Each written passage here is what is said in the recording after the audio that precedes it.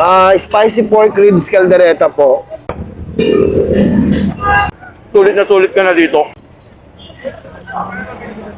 Ay, lambot. A spicy pork ribs caldereta sa Quiapo na mabibili mo lang sa halagang 100 pesos. Tapos, ang kinagandahan pa dito ay naka-chowpan rice ka na dito na hindi ka mabibitin sa dami ng serving. Kaya hindi nakakapagtaka kung bakit nakakaubo sila ng 35 to 40 kilos ng chowpan everyday. At pagdating naman sa spicy pork ribs caldereta ay nakakaubo sila 45 to 40 kilo kami everyday. ayun oh. Dalawang lutuan. Sold out po lagi yon. Yes po.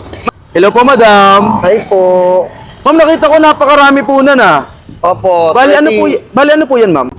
Spicy pork ribs caldereta po. Magkano po yung ganyan nyo, ma'am? 100 pesos po. May kasama na po siyang chowpan rice. 100 lang. Pwede po makita yung chowpan rice nyo po, ma'am? Pero sige po. Ito. Ayan oh. 100 pesos lang siya. Pag nag-order ka, may kasama na siyang chowpan. Bali, ma'am, gano'ng karami pong chowpan rice yung naubos nyo everyday po? 35 to 40 kilos everyday. Napakadami. Oo. No? Ayan oh. And nakita ko yung chowpan rice nyo, meron pong mga parang ano ba tawag dyan? Vegetable mix. Vegetable, no?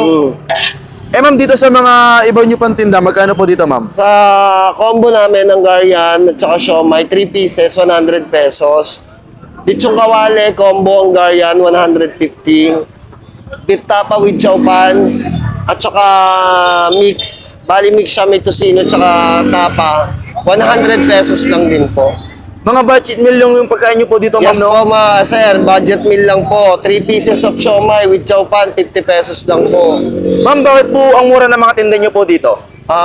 Para po afford po ng lahat. Lalo-lalo na sa mga hindi kayang kumain ng mga mahal na pagkain. Ayun, no? Sige, pero dito po talaga ako natatakam eh. Dito sa pork ribs na to. Gano'ng karami po yung pork ribs na naubos nyo po everyday? Ito, 25 kilos. Yung kaninang niluto ko, 20 kilos eh. So, Nung tanghali. nakaka-total of, 45 to 40 kilo kami everyday. ayun, no? Dalawang lutuan. Sold out po lagi yon. Yes po. Ma'am, kung gusto po nilang matikman yung kaldereta nyo, saan po nila kayo matatagpuan, ma'am? Dito lang yan, kuya, sa kahabaan ng Carlos Palangka. Katapat ng Quinta Market. Ayun, no? Quinta Market. Katapat din ng Villalobos at Quiapo Church. Ayun. Dito lang yan sa kahabaan ng Carlos Palangka, sir. Dito nyo lang yan makikita. Anong oras po kayo open? Doon ng tanghali hanggang 1 ng madaling araw. Ayun, no? Sige, ma'am, order po ako ng tigo 100 pesos po. Okay po. Ayun, chowpan muna. Ayun, no? Madami din. Ayun, no?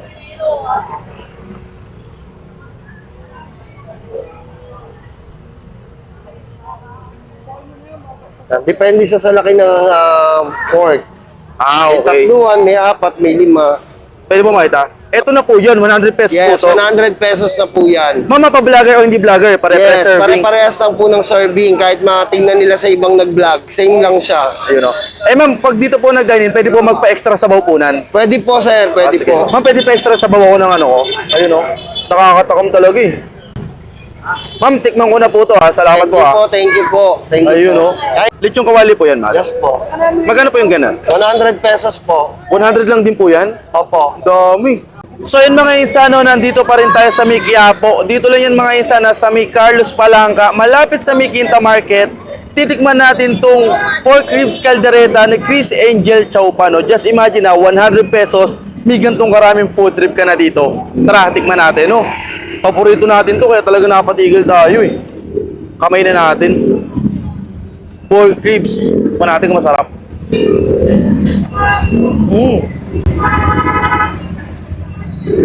In fairness, malambot yung karne. Tikman natin yung pinaka-chowpan niya. Kanin pa lang, ulam na. Ang dami na ginagawa. Pwede, masarap. At sobrang mahal ng bilhin ngayon, 100 pesos, sulit na sulit ka na dito. Ayun.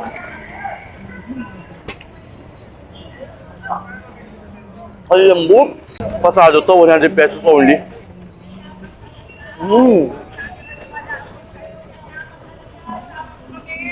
Yung pinakakanin pa lang, may lasa na ulam na.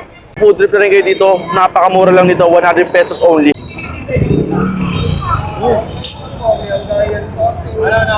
Malasa din, masarap.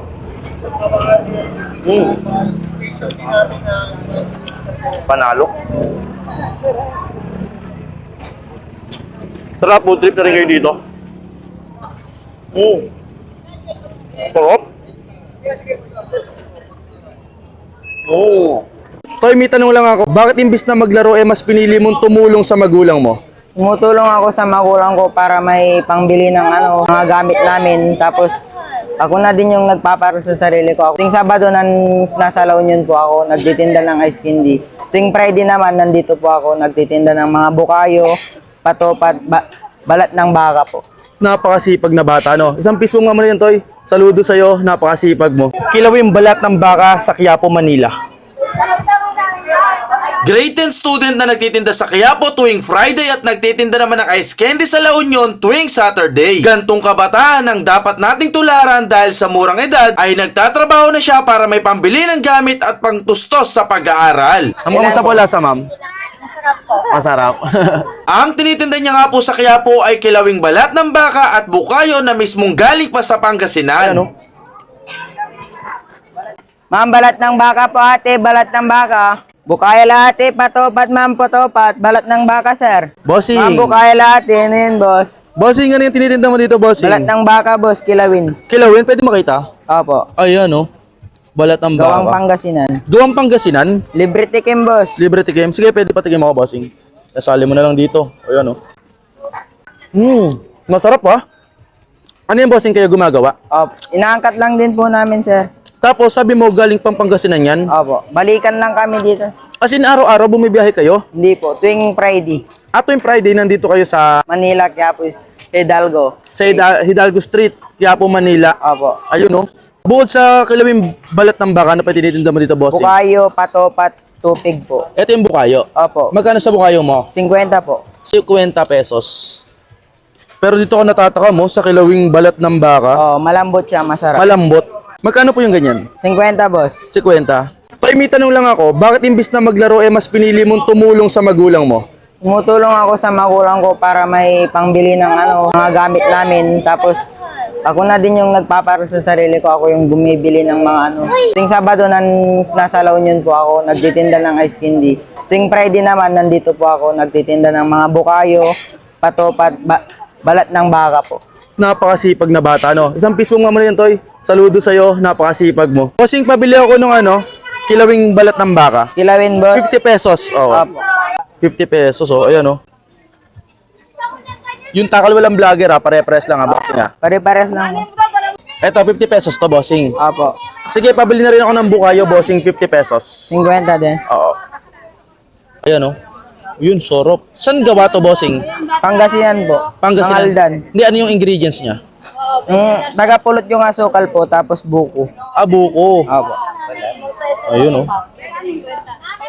Opo. Bossing, ilan taon ka na, bossing? 14 po. 14. Nag-aaral ka pa? Opo. Magi-grade 10. Gano'ng karami po inuubos nyo ng kilawin po everyday? 40 kilos po. 40 kilos. 4 na balde yung dala namin. From Pangasinan, dinadala nyo talaga dito sa Quiapo? Kakarating lang po namin kanina, sir. So yun mga insano, nandito pa rin tayo sa may Hidalgo Street. Dito lang yan sa may Quiapo, Manila. Nakakita tayo dito ng kilawin na balat ng baka at saka bukayo. Ang kinagandahan dito, may pre-taste sila. So pwede mo munang tikman yung produkto nila bago ka bumili. From Pangasinan, bumibiyahe pa sila dito sa Quiapo, Manila. Tuwing Friday lang, ha? Tuwing Friday lang. So tara, tikman na natin to. Dito muna tayo sa kilawin baka. Balat. Malambot. And malasa. Yung typical na kilawin, medyo maasim. Ganun yung malalasan mo. Ang kinagandahan lang dito, dahil balat ng baka siya, napalambot ng maayos, masarap, ha. Masarap to pang ulam o kaya pang pulutan. Mapapatake out tayo nito. Sarap. Sobrang lambot. Tapos, may bukayo din tayo dito. Yan, no? Galing pang Pangasinan. Masarap din to, ha? Ano?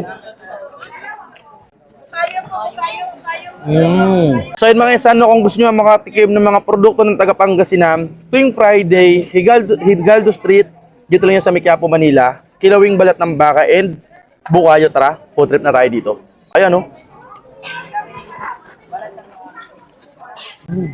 Stop.